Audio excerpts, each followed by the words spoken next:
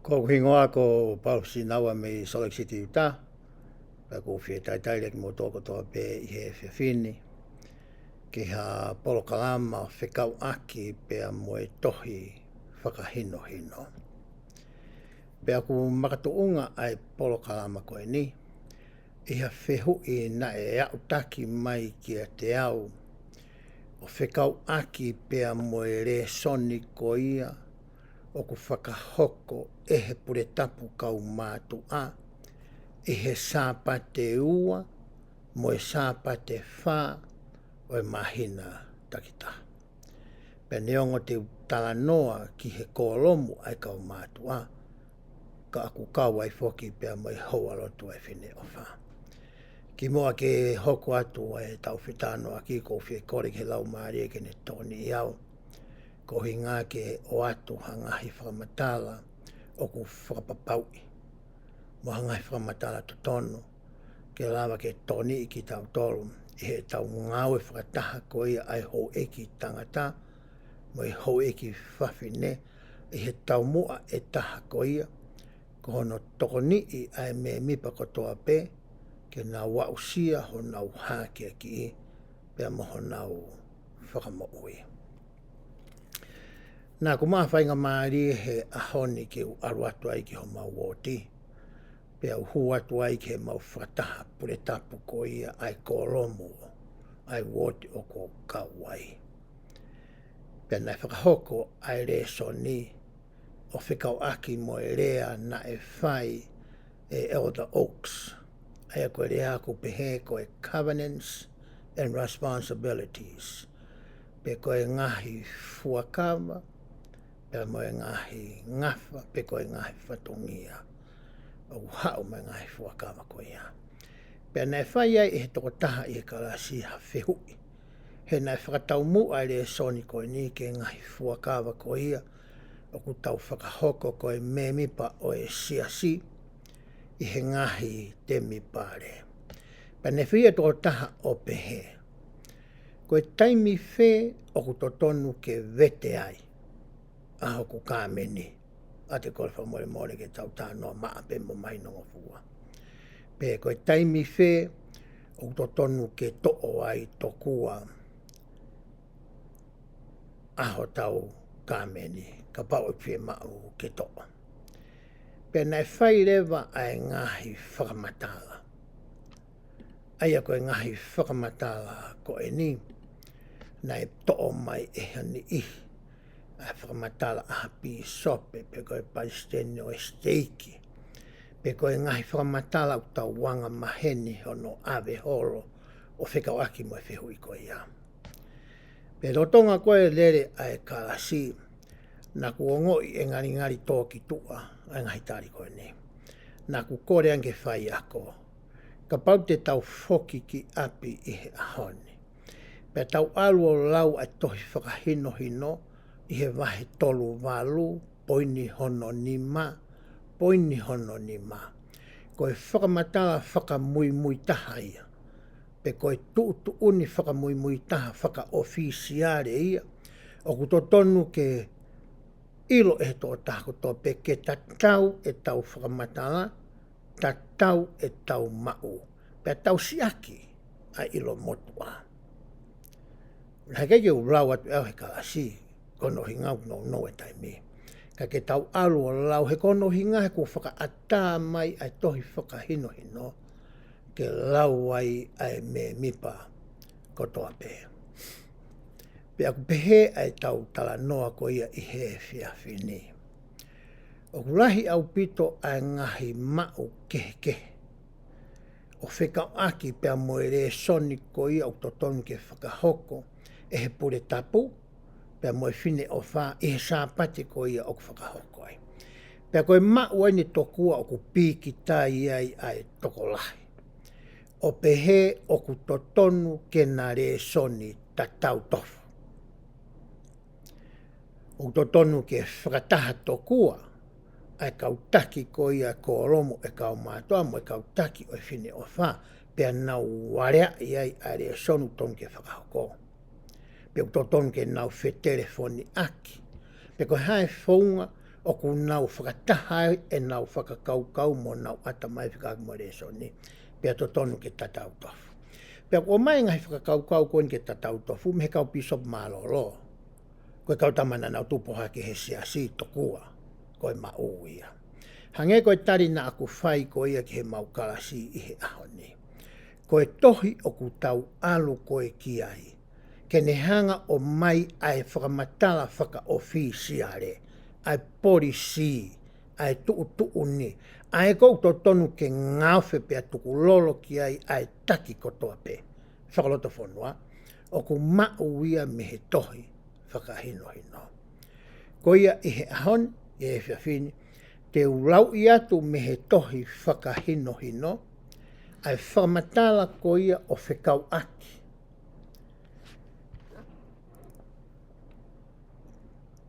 Pea moe uni ko ia ko o mai e he kautaki, ke ngawe aki e he Palestini pea moe ngotokoni ko ia o e kolomo e kau mātua, Palestini me ngotokoni ko ia ki he holotwhini o wha, ki hono whiri ko ia o e ngahi le soni o tonu ke whakahoko. Pai te ungawe aki e ku telefoni, pea kou tuipe e tokoni le leia nge i hakuhanga o whakamatala i atu. Ko ki mou tolu ko toa pe, ko ai ho mou telefoni ko ia ku mou ungawe aki ko ia i he sāpate ko toa pe. Ki ho mea ko ia ki whare loto. Ko ia ngai ne tuu ko ia ai fo i telefoni, i ho aruatu ko ia ki whare loto. Pea asi koe ki i whare i he tawhaaki tō hema o oku, koe home ia. Koe ki takainga tohi kona ku hoko mai koe laiperi ia. Ka paurewa te ulomi i ai laiperi, oku asi mai ai ngahi mea koe ni oku i he laiperi koe ia ho telefoni. Pea ku kau wai osi ai hiwa, ai ngahi tohi tuu ni, mai ngahi ui i. Ko hono uhinga ia koe na aku peatu ane nai, o ku lava ai toko taha kotoa, ke lau i he tohi koe ni. Koe ni ku asiatu i he o telefoni ko a koe. Pea koe taimpe koe te ulomi i ai ngahi tohi tuu ni ma ngahi ui. Asi mai rewa i olunga ai tohi tuu ni whakakatoa. Koe tohi ngā ue whakaao ni u eni. Koe ia kuia ngahi tuu ni koe kono whakarere ai siasio sisu klaisi, o e kauma oni e ngai au ki mui. Ni he koe ulu ki ai ko Sisu Klaisi. Pea o mai rea moe palofita ke tuu waha aia i ho tau wā moe o tua. Pea o mai ki he kau tangata koe ni, a ngai whahino hino koe kono whakaile o e siasi. Ka pau rea koe hata mau ia a taua koe takifalot whanua. Pe koe pasen kau mātua, pe koe pisop mālolo, pe koe pisop lolotonga, pe koe pasen steak mālolo, pasen lolotonga. O ku ke me he whamatala koe ni. Pea tuku e ta mau a taua ia ki he tafa aki. Koe mau ia kou stuange ia. Koe mau kou ke whaka ofisiare ia. Koe mau eni mo tuutuuni oku to tonu ke tau kātoa ko ia ki ai. Pea peheni rea de lomi ko ia tohi tuutuuni whaka kātoa. Oku asia tu ewane ngahi wahe ko ia i he tohi tuutuuni mo ngahi houa lotu ko ia oku lawe ke a ngahi wahe. Ko hi ko whehu i o whekau aki mo e kolomu a kau mātua. Te tau tomua alu ki he kolomu ko ia a kau mātua. E te uromi, kolomu a kau mātua, asmai ai a ngahi te whito ko e nā. Pehea i he wālu poini hono wā. Ko e kau i he ngā ue ai otua, i he whakamoui mo e hākeki. Ko uromi i ko ia wālu poini wā, asmai ai i he wālu poine ua poine tahau peheai, ko hono mo ui aki, ai ongongore rei o Sisu Klaisi. Pehea kulomi i ko ia, o ku asi mai rewa ai whakamatala koe. He kai ki utoi la te whakamatala koe he ua poine ulu aki, anaki olunga. Te ulawe whekau aki, pea mo whakamatala koe ku asi atu, i he tohi walu, poine ua, poine taha, poine hono wā. Toi tūtū nien, whai ai tau tala noa. Pehe e te whito. Ko hono ako o e ongongo rei, i he ngahi whakataha, whakakolomo. Ai kono whakarea taha, O ku talanoa rewa ai wahe ia ko e ni, ki he taimi koe o ku whakahoko ai ai reso ni i apisiasi. I he loki ko ia, pe koe whetu u ko ia, o ku whakatahataha ki ai ko romo ai kau mātua. Pe ku peherewa he whakamatala ko ia ai tohi. E whakataha e ngahi ko romo o e kau mātua, i he aho sāpate i he ngahi taumu a ko e ni. Te toki lau ia e koe. Te waru ke tari ai fo i whehu i ko ia, ai na whai makatuunga i e tau polo kalama ko ia i he aho ni. Peherewa he fo i tari ko ia ai tohi.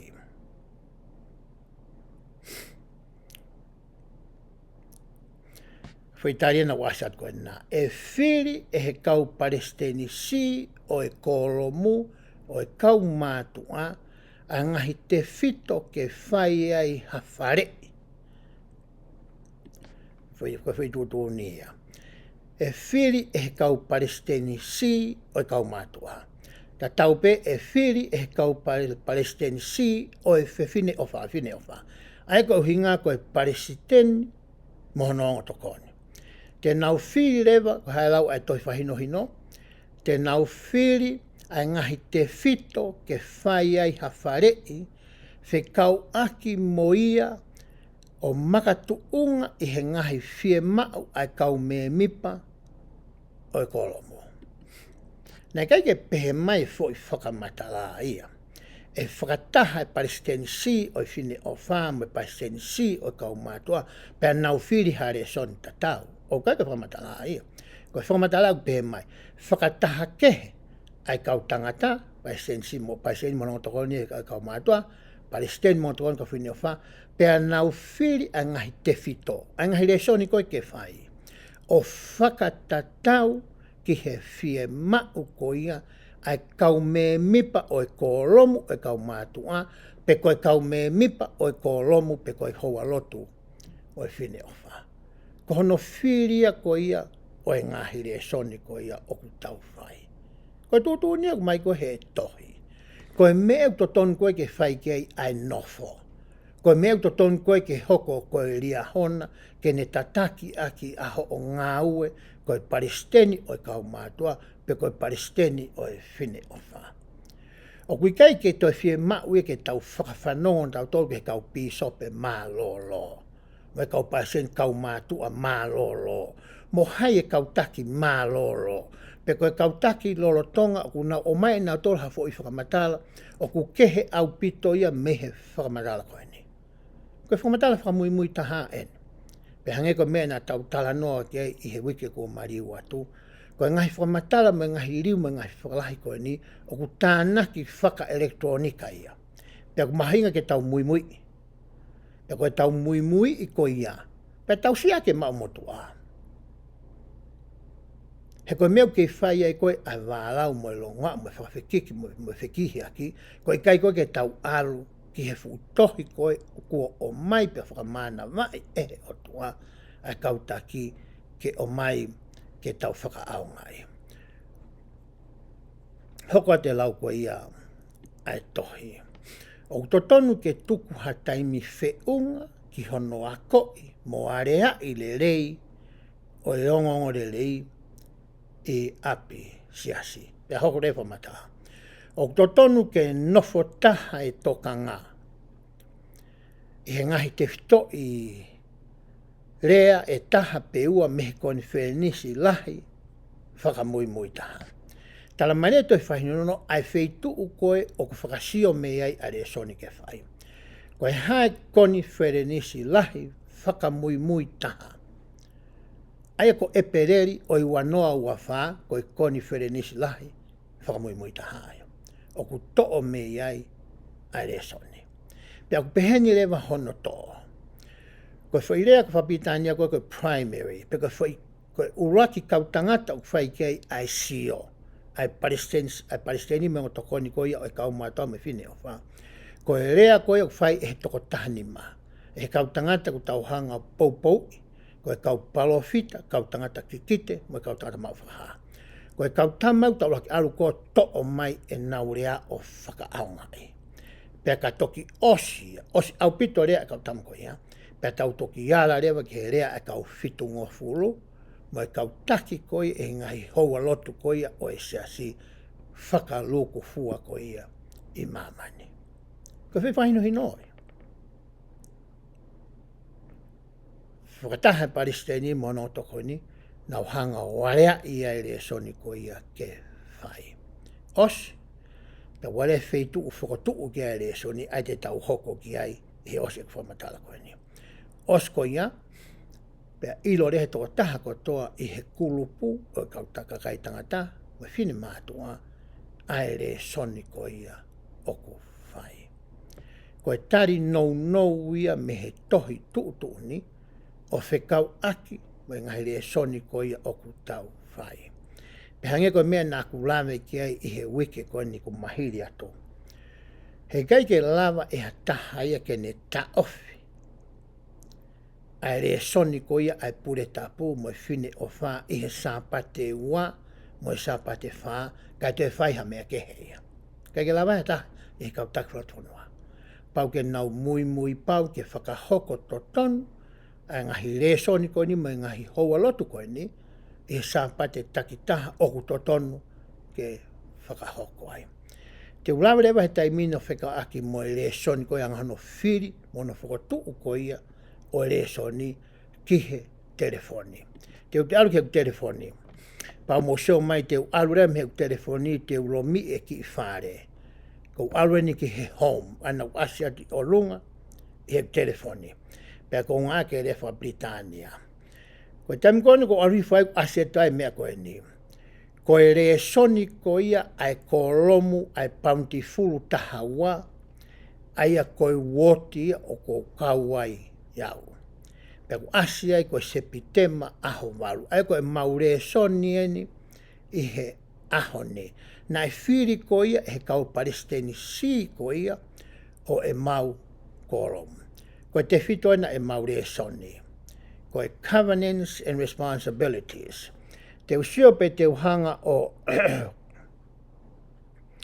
o lama pe te usio ke riri whakatonga atu a eku telefoni ko hinga mahalo na tokoni angeia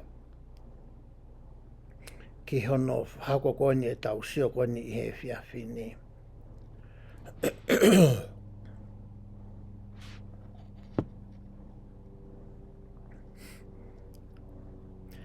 Aia te aru ki he rea whakatonga, pea te whoki ki he home, pea te usio rewa ki he rea soni koni.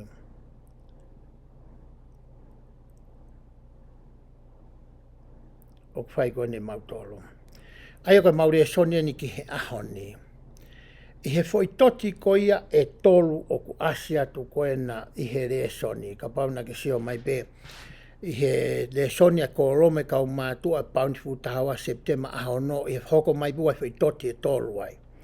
Ko kulomi ko ia asi mai ai ke uviu o pe ke usio katoa ke maure soni ko ia ko hanga e kau taki kone a mautolu o whiri ke whakahoko me ai e maure soni.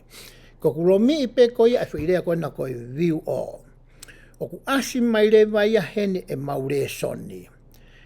A kos hawani ma os mautore me ko ahonen September aho valu ko covenants and responsibilities ko maure sonia ko maure sonia ko sepitema aho uowa ko rea ia fai e Neil L. Anderson ko maure sonia ko o katopa aho taha tolu ko rea fai e Todd Christopherson sa o se hang he mau kautaki a mautolo ko he mau kolo mo o whakatu are soni mei e pereri ki o katopa aho taha tolu ene. He kunau i loi whoki e whai e tau konwhenisi lahi hono hoko i o katopa. Kone osi pe maure soni koia i o katopa aho taha tolu. Whakataha rewa kau tamakoini. Palestine monotokoni, kau whewhine monotokoni. O nau whiri rewa aere soni mei o katopa o e tauni, ki e pereri o i wanoa ua nima. Pea whakotu ure vaia ihe re soni koe asikoia i ho o telefoni. Te ufoki atu heni o alu ki he ku telefoni ki ona fotu o ko ia le soni. Ka pau koe Palestini kau mātua koe mo tokoni Uraki mo tokoni iua. Peko paseni fine ofa tokoni Uraki tokoni iua.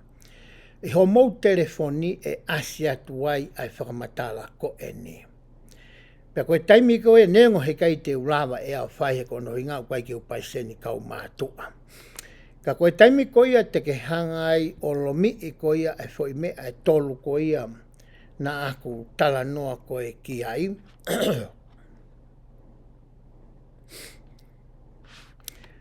Ai fo i me ai tolu koe na i he tafa aki. E asi atu rewa ai ai ngahi sāpate pure tapu pe fine ofa kotoa pe mei o katopa ki e pereri o i wanoa uanima. Pe koholomi i pe fo i sāpate koia. Sa tau peheu ke lomi i ai o katopa aho taha tolu. Ai nu asate mauri sona mau tolu. Koholomi i pe o katopa aho taha tolu. Ku asi mai lewa ai rea kotoa i he koni wherenisi. Matiku lomi i he Palestini, lomi i he tokoni Uraki, lomi i he tokoni iwa. Mea tatau. Nau sio kotoa ki he ngahi rea. Ko whea rea koe te mou whiri ke whakahoko ai rea soni. Ko mou lomi i pe mou tolu ai fo i rea koe ia. Ku upload i lewa ia e he telefoni ki he sāpate koe ia. Aho tātolu. Te moarea ki he sāpate hoko koe ia pure tapu hoko. Pa te mou lomi, aska atoa mai urea, whiri lewa harea kehe me rea kua mou osi whiri. Lomi, upload ko toa mai ki he sāpate koe ia. Pea hoko ai pe ka orewa ko au ki e pereri o i wanoa uanima. Kone osi pe ana koe ia. Hangarewa ko au koe ni. Koe tamasi koe ia i kolu. Ko whapea ko lomi e kuki fo i toti e tolu koe. Pea u viu o ko lama rewa e toko taha ko toa pe i he kaupure tapu. Mo e kau fine o wha. O sio ki he whakahoko ko ia o e re soni. O au ke konferenisi ko ia hono hoko. Koe whaunga ia koe o ko whiri aki. Pea whakotu aki a re soni ki he telefoni. Ke o te whai ha whi telefoni aki o pia. Ka haka e taure soni o whai i sapate hoko. Koe to o pehe tamasi i mo whi whine telefoni. Lomi i ki he home koe na tau tānoa ki ai. Lomi i ki he mea koe na aku lawe koe ki ai. Ai te whokpeke o telefoni. O lomi i koe ia home. Koe kongan ko o sio ke he telefoni ka katoa ki he home. Ko aruhake pe koe e ku sio. Kume whetu wai maure soni. Ko sio pa koe ke he re soni, o se asi mai re soni ke sāpate koe ia.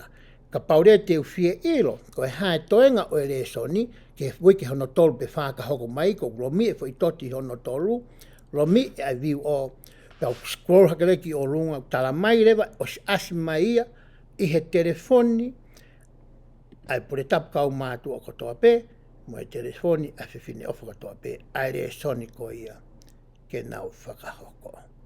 Koe whaunga ia, o ko whiri aki ai ure soni, koe whaunga ia hono whakahū ko ia, o e re soni, kihe, fo i telefoni ko ia, ai toko taha ko toa pe, i ho o koro mōpe koe whine o wha.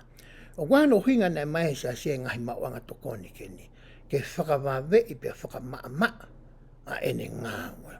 Koe toe nia ke ta i loi a hono ai. Kono ai eni ko whenga ki whaino hino atu. Ka paure au ke whie mau hato koni make, ki hono whakahoko ko ia, o e mea koe tau tala noa ki ai.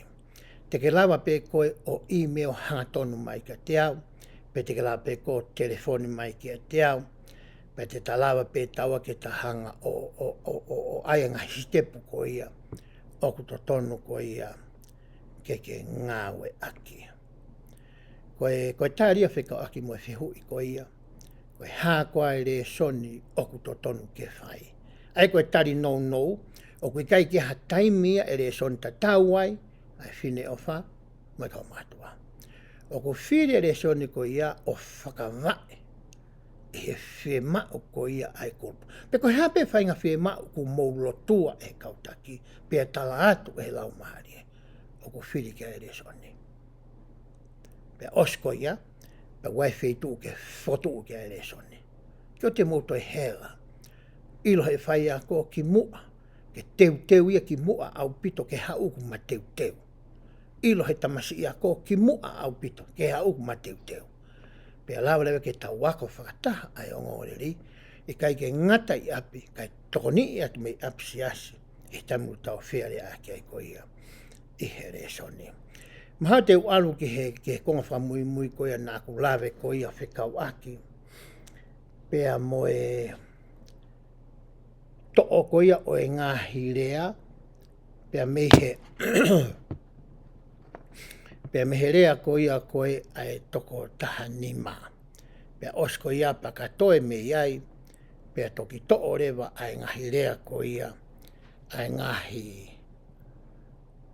Ai rea koia ai kau whitunga fulu, pe koe kau taki koia.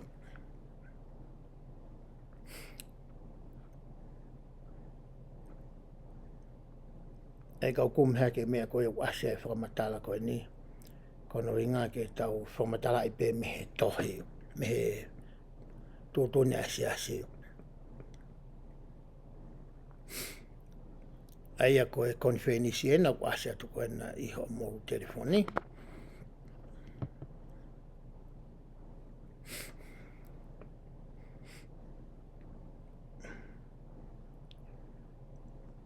Te whenga koe ni pe te ulama ke ai whakatonga atu i he eku telefoni pe i kai. Pe ka bahe kai ke lama, pe mahalo te tau ai pe mehe refa pitani a.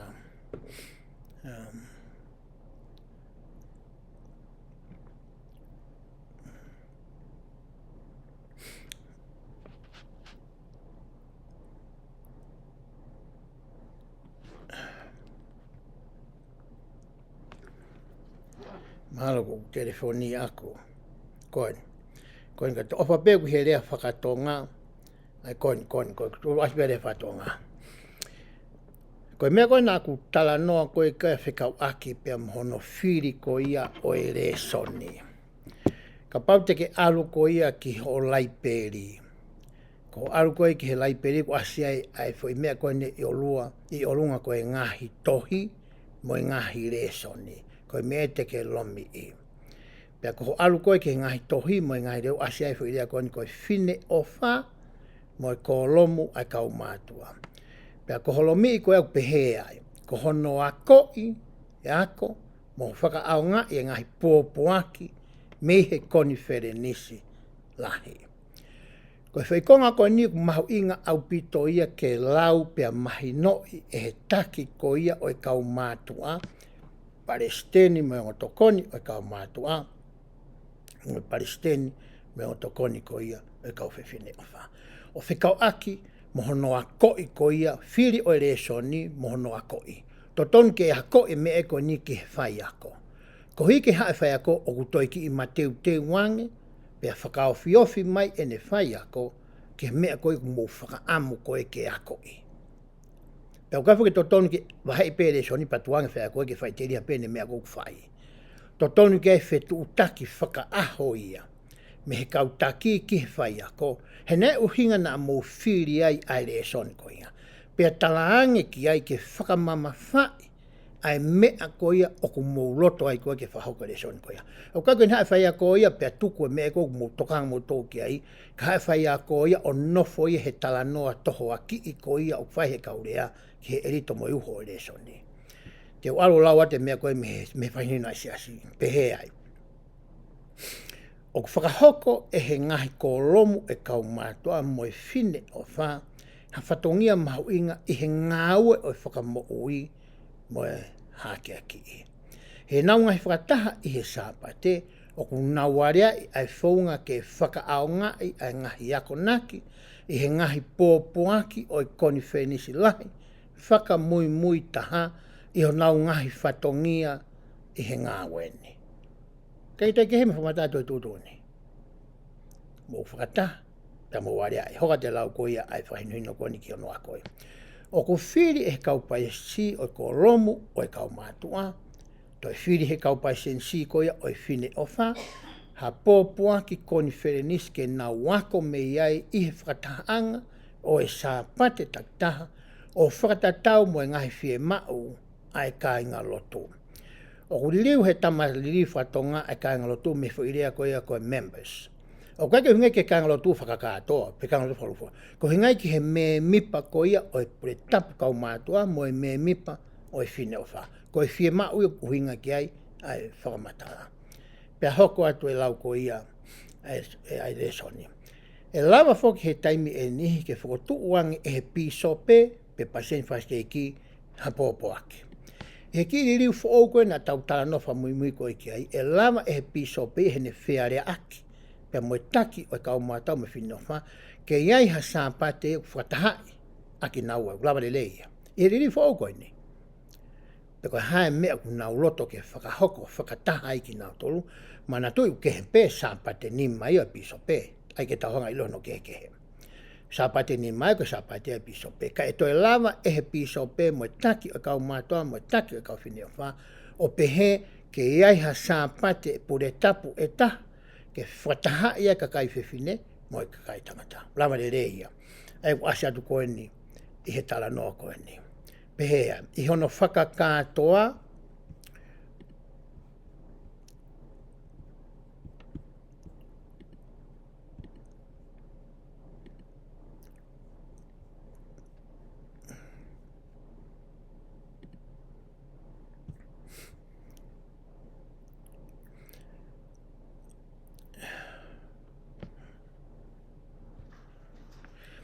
I hono whakakātua o to tonu ke whiri e he kautaki hangahi pōpuaki me he me mipa o e kau parisensi uluaki mo e kolomu o e kau apostolo e tōngu mātoko wā. Ko e rea whika uluaki kwhai kia siope ko e primary message ia kwhai koe kia i aisio.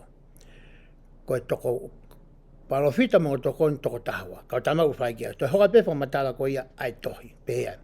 Ka neongo ia e lava ke area i ha whahinga pōpoaki pe me conference lahi whakamui taha. Aia ko whahe koe whaire mea na urafa mo te ko secondary, primary e kau tama koe, secondary e kau tama koe. Whika urake kau tama koe, whika ua e kau tama koe. He kai ke tuko whika uraki ka tawala tau tō ke whika ua. E kai koe ke whahino i noio. Tau tō mua ala ke whika uraki koe rea ai toko taha nima pe hiri ko inga pe tau to iala rewa ki herea ko ia ai toenga. Koe whahinohine e koe o ku mau me ki i konga ko ia mauanga tokoni ko ia nā aku lawe ko e ki ai. Pise ke lawa ko lau ki he toenga. Pea pehe rewa i ai teu i ke ako i. Koe konga mahu inga au pitoni kai ki lawe au ki ai. Mate a pe konga ora ki pehe ai. Koe hana e whiria e kau parisensi o e kolomu a whine ofa a kau mai ai pōpoa ki ko e ni ke area i. Koe mea ina kua kou to ton koe ke whakaukai he whai ako.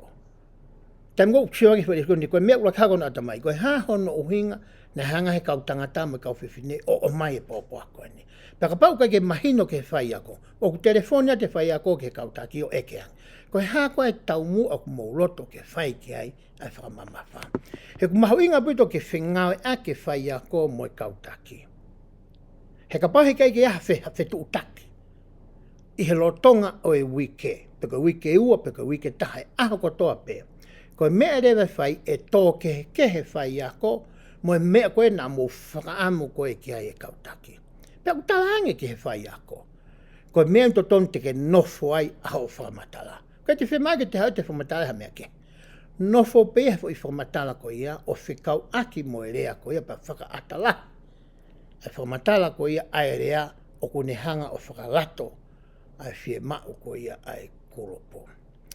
Pea kou whawhi ki mautolo e kautaki, ke maulau ai ki konga koe ni. Koe ngai whihu i mahu inga au pito e nia. Ke mausio mautolo ki ai, i ho mou ngahi whakataha. Koe palomese ni te atu ka mautolo. Ka pau te tau mui, ke whaunga ai otua. he kono sia. E ia e whahinga mālohi, mai whahinga lau maari. E mao e ki mautolu koe kautaki. E mao e he kulupu. E taimi ko ia e whai ai e whiare ake. Koe foi whihui whaosi na mai ke te au i he e whiawhini. O whikau aki pia moe whaka eke whakakuata ko ia. O ku whakahoko e he paristeni o kau mātua. Tokoni uraki pia moe tokoni ko ia a hono ua. Ta tau beke paristeni o i whini ofa. Tokoni uraki mo tokoni ko ia hono ua. Koe whaka eke ko ni o ku whai whakakuata ia. Tau pehe rewa. Koe kuata ni hono tolu ko ia o e tau. Ai osi ia i Sepitema. Pea kuata whaare vai i Okatopa, Novema, Tisema. Pea pehene tuutuni ai siasi ke whaka eke whakakuata ko e ni.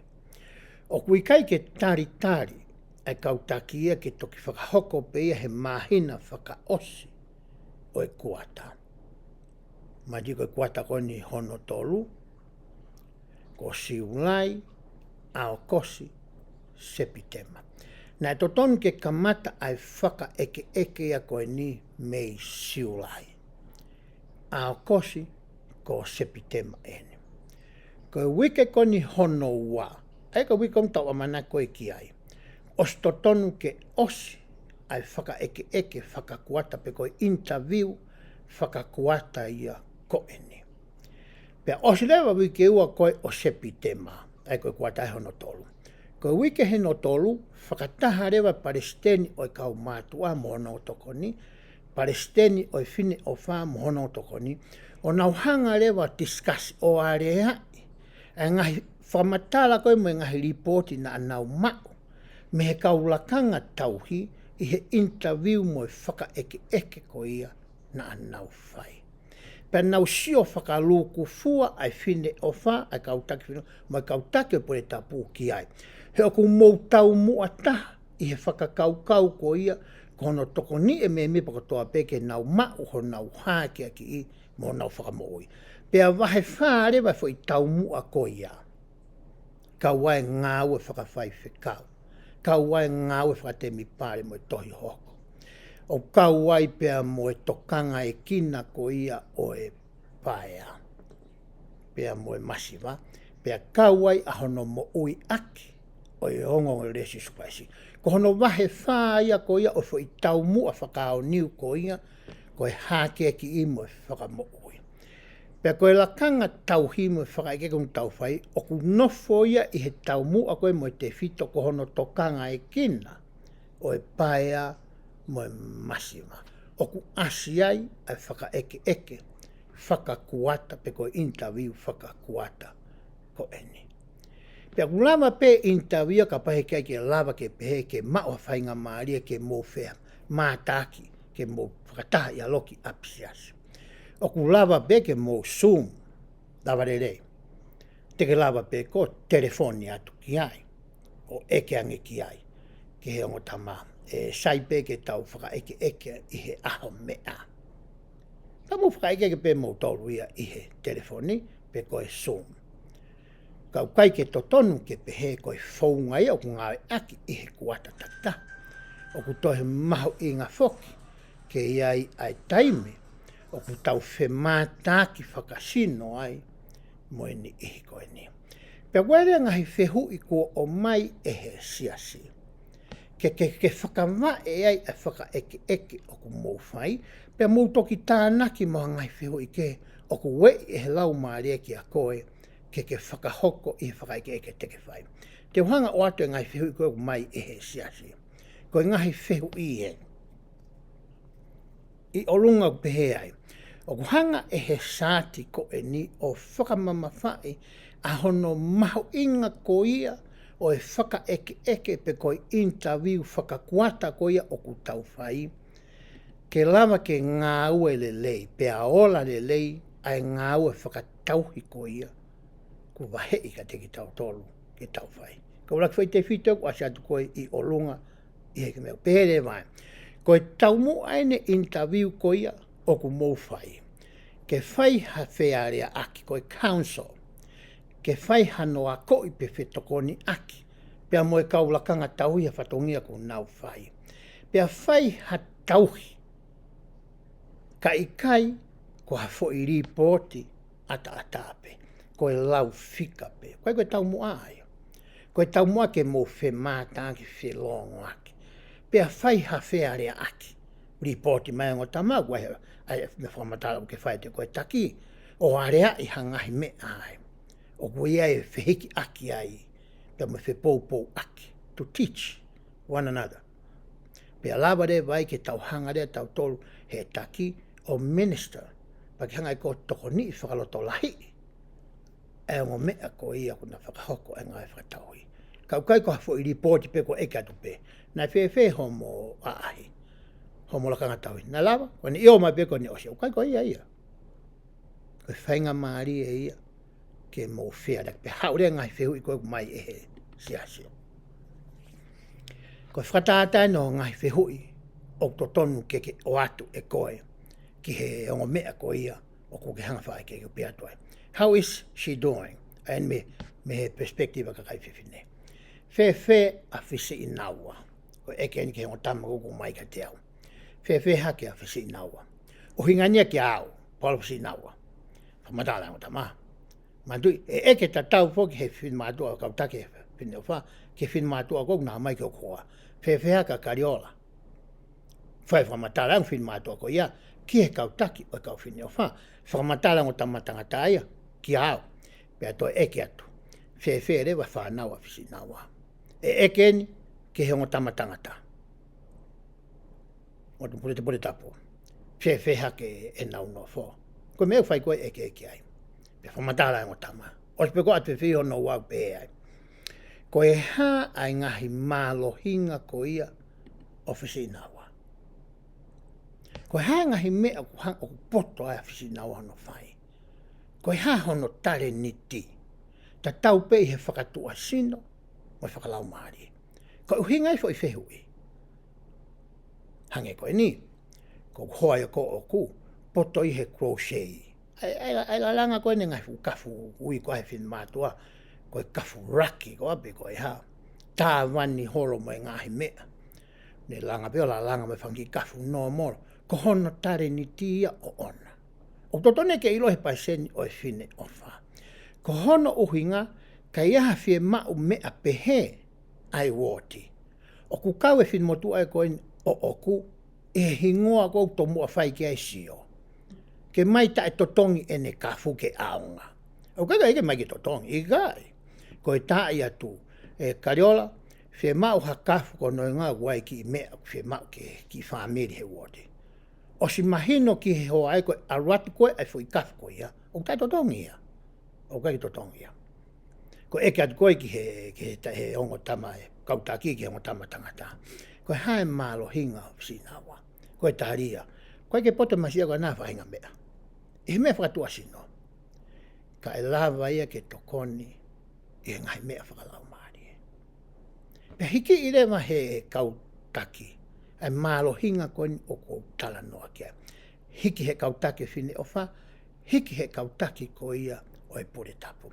Pua tam kou nau whakataha ai ko he wike tolu ko ia o e mahina whakaosi o e kuata. Una hanga rea tolu whakatutu e ngahi malo hinga koe ni i hafu usati pe kawha i risi e ta. Ange taha ke kautama koe, ange taha ke kauwhewhine, ange taha ke piso pe mona o tokoni. Koe kakaire vaia e lava ke whakaaunga e he woti. I hawhia mau tokoni, a me mipa i he woti. He nehanga e he otua. O tāpoi kina e ne kāinga loto. Aki a ngahi poto mai ngahi tare niti ko ia. Ko hiki e haa. O ku hoko ia ko e whireo ko mawanga tokoni.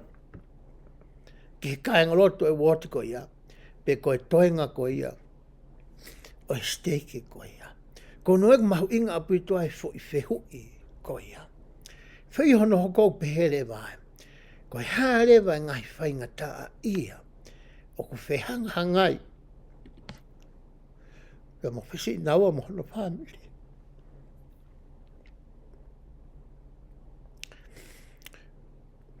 Ko mana tu e taimi nā ku ki ipuke ai. He ngai paanga. Nengo ko wita e taimi. Nā whenga me mahi nei ono. E ku tokoto kai ki ute lawa ngā haue. Boi roia me. Nē ke ki asanga tahe ki api. Ke pihe ke asanga e ku.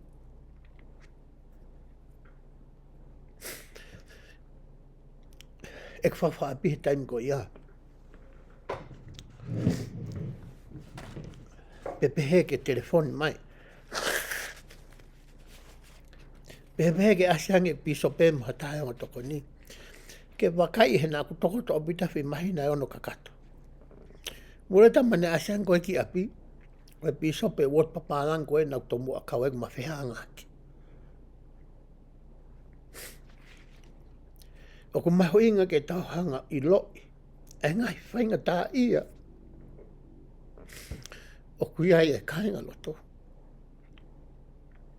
He ko tau whatongia ke tokanga e kina.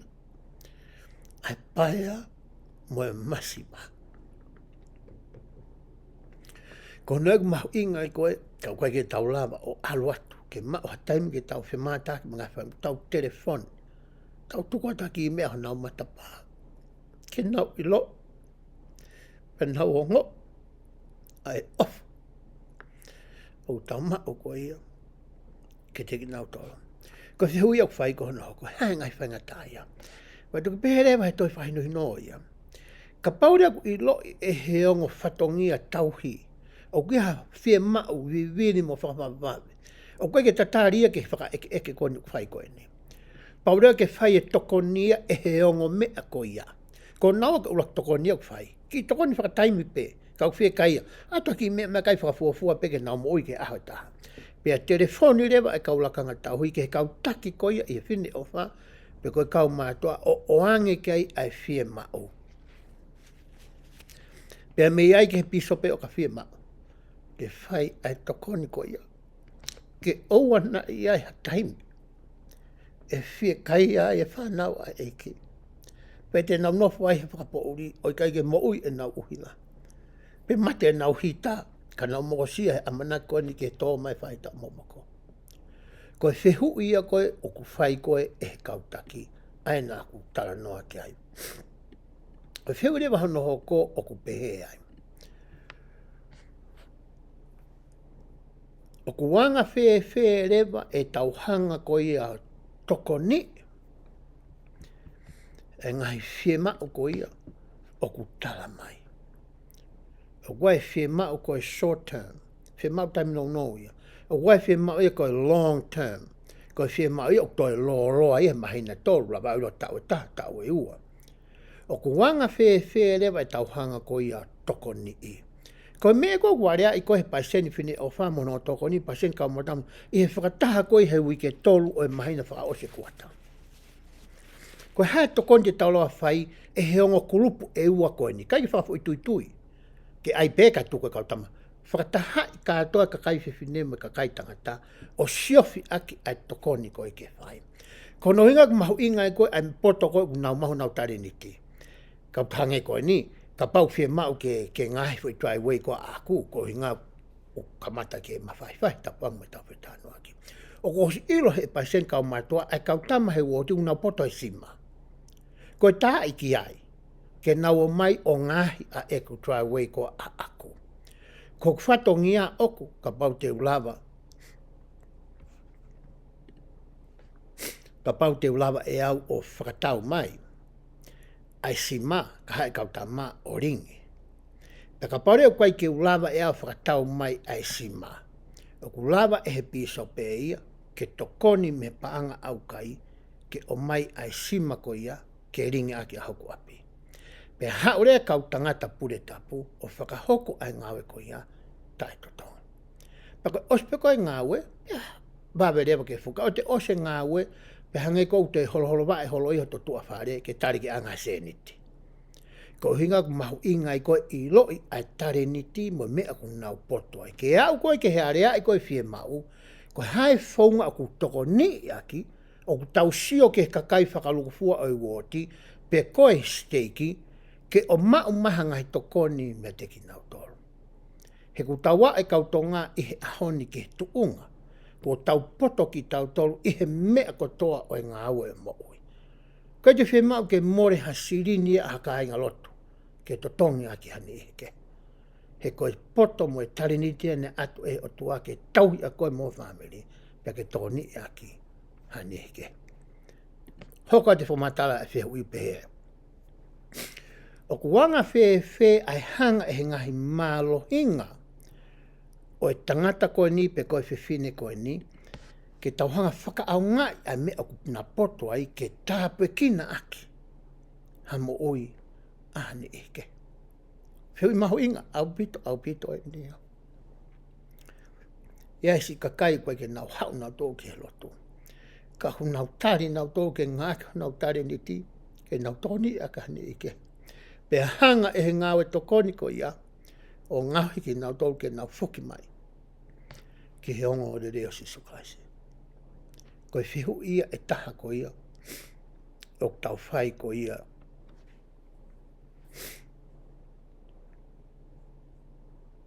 E whakaike ko ia o ku tau whai. Ko wakai ko ia ki he taimi, hange ka te au koe Ocean e haua taha. E tau tala noa. Pea ko tui o ku kapau ku ke whie ilo ke he ngai whihu i. Ain koe na wanga o ai atu koe ni. Sio koe te whiu i a tahu hoka tui lalo pehe ai. Koe hae ngahi o wau. O ku whie mau e whamiri ko ia. O ku ke ngā ue ki ai. Koe hae ngahi o wau. Tau pēka pau ana ki tamasiu teu ke maapure tap hange koni ko au. Na iau ki mokopuna oko. O mopuna koe nina e papia tōna ku o si. Koe ngahi o wau ia kou eke koe. Koe hae ngahi o wau o whie mau ke hoka. Whie mau ke maa no pure tau kau mātua ka pau koe tamasi. Whie mau ke alonga whie kau e whohango mātua. Koe ngahi o wau ia kou eke. Ka pau ka whamiri ka ke nau si lava mai ki apsia. Toton ki ave nai sa ka meniti ki ai. I he sāpate. Hoko mai. Koe mea ware ai koe he kau taki. Pate hoka te whiui. Anu asat pei lalo.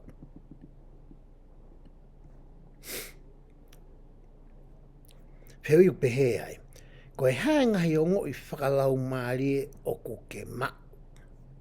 Eke ni koe ki he o mea a ahi. Koe hae o ngoi whakalau maari o ke ma. Ke whai aha tokoni ke whamiri. Koe first line of defense ia. Pe ko koe ai uraki tokoni. Mana tui mau koe o takangata, o tamatangata, o whimatua. Koe o nau whai koe uraki tokoni. Pe toki hoko atu a ngai tuunga ke mei moi i ai. Koe whiu ia tahu lava ke whai.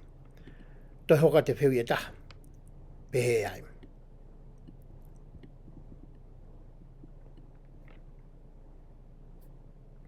E kia ke he o tama ko nā ko whai a ahi. Koe hae whahinga mea nai hoko ki a koe. I taimi ko ia nā ke o ngoi ai wei ai lau maaria ke tokoni, pa ke alo whaka hoko koe tokoni ko ia. Hamena ki o ngoi. Ko tui ni ustano pe mua tamina piso pe na wal ke kumi ke wal wa ahenga woti ko to tape. Ka foko ki api ko ma e fo yongo ke wal ahi ke family ta. Ka fa big fo kia ko lo tak fe mo ala ki api. Te malo me be paulele atu. Ko lele atu pe mai e fe fine. So na ke ilo me fe ia o ko kai ke ia. Ha mam e kai. Ko fo yongo ia. O eke. Pe hanga re hanga me of mai nga. Ai on fa la mari ko ia. Mo mo to ko e ka taki. Pe la bre ke fe hiki aki. Ai mo ui ko e vai ko ia. Pereva e whamatala koe ai form koe ni. Ka pai ke tau whakahoko ai interview whakakuata ko e ni. He kai ke lava e he piso pē ke ne mao hanga i whakamatala whalala anga. Aia tene lava ke toko ni ia. Ki hono tauhi, mono rehirehi, mono whawhanga, mono toka ngai ai mo ui whakatu asino, mo whakalau maari e ko ia. Ai memi pakatoa i hono woti. Ko tiu no e taimi ia ke whanga whamatala i atu ai mahu inga o e fomu ko e ni kia teki motoa. O ko mao au e tatau e fomu. Ka pau ke whi mao ha tatau pe ko ha kopi e fomu ko e ni. Na ke tohi mai pe te ke email ma ka hanga o send atu ho email. Ke hanga e ko print e whi tu uke iai. Pe la mai ke ngā aki he kau whiwhine, pe ngā e aki he kau tangata. Ki he whatungia mahu inga, mō mawhatu tuki koe o mō fua. Kono toka ngā e mau mo ui whatu asino. Mo e mau mo ui whalau mahari. O kui hau mau ni mahi.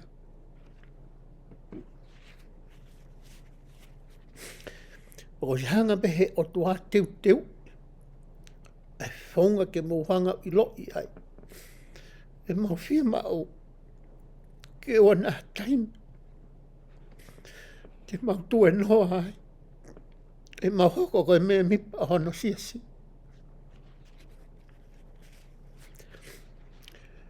Ko tui koe tari no ia ko o atu.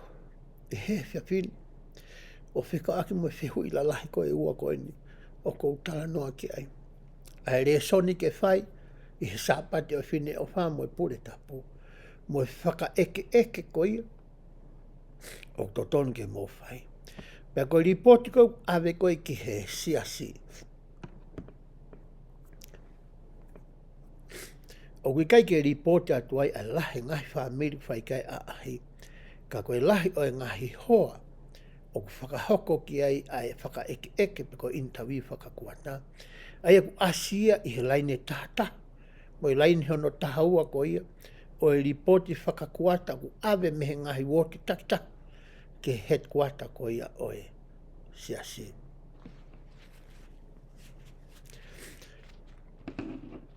E tai no pēr ko atu i hongwhai whihi e ua koe ni.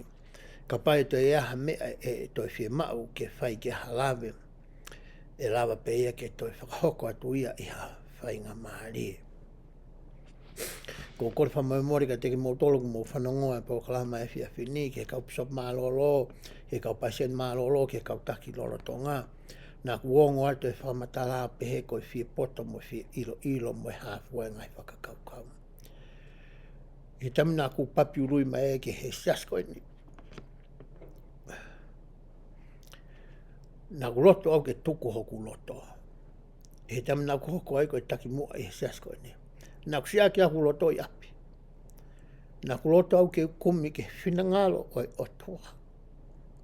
Ko haa mea ku ne whinangalo ke ai ke whakarere aki ono siasi. Ko piki mate au ki ai. Ko ngai ki e au e ahmo e po. O ku hoko e koe ria hona ki he kumoui. Tami nā ku hoko ai koe taki mua. O ku tuku e ku whakakaukau, tu ku whakahoko e au ia i api. Ia kariola mo e whanau mo e whamopona. Ko siaso eki, ko ia ku ulu ki ai. Pea ku ne mai pēne ngai tuutu ni, ke tau ngawe ake. Pea ka tau kau whai, ka tau mui ki ai.